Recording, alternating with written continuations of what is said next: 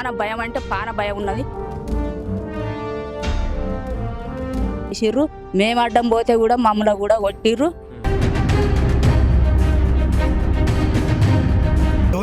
నన్ను ఉరి చేసి బర్రెలే కొట్టి చంపినారు. ఎటు పడితే దద్దులు ఇక్కడ పెరిగిపోయినా ఎక్కడ దెబ్బలు కొట్టిర్రు.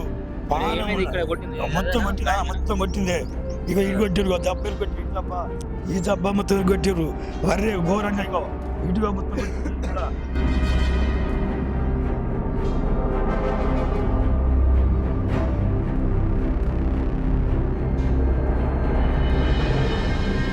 సడన్గా మీద పడిపోయారు. అప్పటికి జస్ట్ ఇలా మాట్లాడుతున్నాం అంతే. లేదు నా సొంత ల్యాండ్ నేను చేసుకుంటున్నా కదా, నీ ల్యాండ్కి వెళ్ళలేదు కదా, నా సొంత ల్యాండ్ కదా అని చెప్పేసి మాట్లాడుతున్నాగానే నువ్వు ఎట్లా కొడతావు అని చెప్పేసి మీద పడిపోయి ఇష్టం వచ్చినట్టు కొట్టిరు. ఇక కట్టెలతో విపరీతంగా దాడి చేశారు. అయితే మేమున్నది మా డాడీ నేను ఇద్దరం. వాళ్ళేమో నర్సయ్య వాళ్ళ డాడీ, ఇది ముగ్గురు కొడుకులు. పెద్ద రాజు, రమేష్, ప్రశాంత్, ముగ్గురు ఇంత చేతిలో పట్టేంత కట్టెలు బడతలు మంచి కోపించి పెట్టుకున్నారు వాళ్ళు ఇంటి రెడీగా. అంటే మేము జాగా అమ్మము, మీ డబ్బులు మీకు ఇస్తామని అంటున్నారా, మరి ఏమంటున్నారు? వాళ్ళు డబ్బులు ఇస్తామంటలేరు, ఇవ్వమంటలేదు, సంతకం పెడతలేరు. వాళ్ళు మాకు డబ్బులు జమ చేసుకోమన్నారు. సర్పంచులు వచ్చిర్రు, 5 సర్పంచులు వచ్చి చూసిర్రు, డబ్బులు చూసిర్రు. రారంటే వాళ్ళకి అత్తలే ఏడత్తలేరు.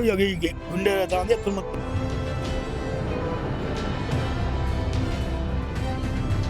అన్నదమ్ముల మధ్య భూ తగాదాలు ప్రాణాల మీదకి తీసుకొచ్చినటువంటి సంఘటన సిద్దిపేట జిల్లా నారాయణరావుపేట మండలం శేఖర్రావుపేటలో జరిగింది.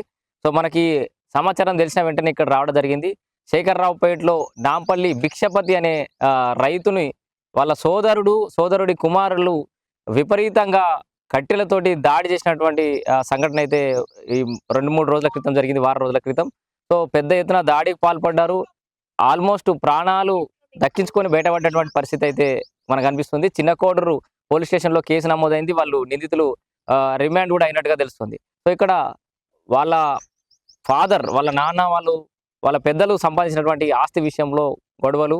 సో ముందుగా కుదుర్చుకున్న ఒప్పందం ప్రకారం కాకుండా ఒప్పందాన్ని తుంగలో దొక్కుతూ ఇక్కడ వీళ్ళని ఇబ్బంది పెట్టినటువంటి సందర్భం అయితే చూస్తున్నాం. ఊర్లో గ్రామ పెద్దల సమక్షంలో నిర్ణయించిన దాన్ని కూడా పట్టించుకోకుండా వాళ్ళ సోదరుని మీద దాడికైతే పాల్పడ్డటువంటి సంఘటన అయితే చూడొచ్చు. సో కొంత అమానవీయ సంఘటన అనే చెప్పుకోవచ్చు. ఎందుకంటే తోడబుట్టిన వ్యక్తిని కూడా ప్రాణాలు తీసే విధంగా వాళ్ళు ప్రవర్తించిన తీరైతే ఊర్లో చర్చనీయాంశం అవుతుంది. ఊరందరూ కూడా దీన్ని వ్యతిరేకిస్తున్నటువంటి పరిస్థితి.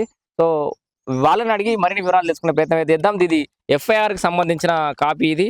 సో చిన్నకోడూరు పోలీస్ స్టేషన్లో వీళ్ళ మీద ఎఫ్ఐఆర్ అయిన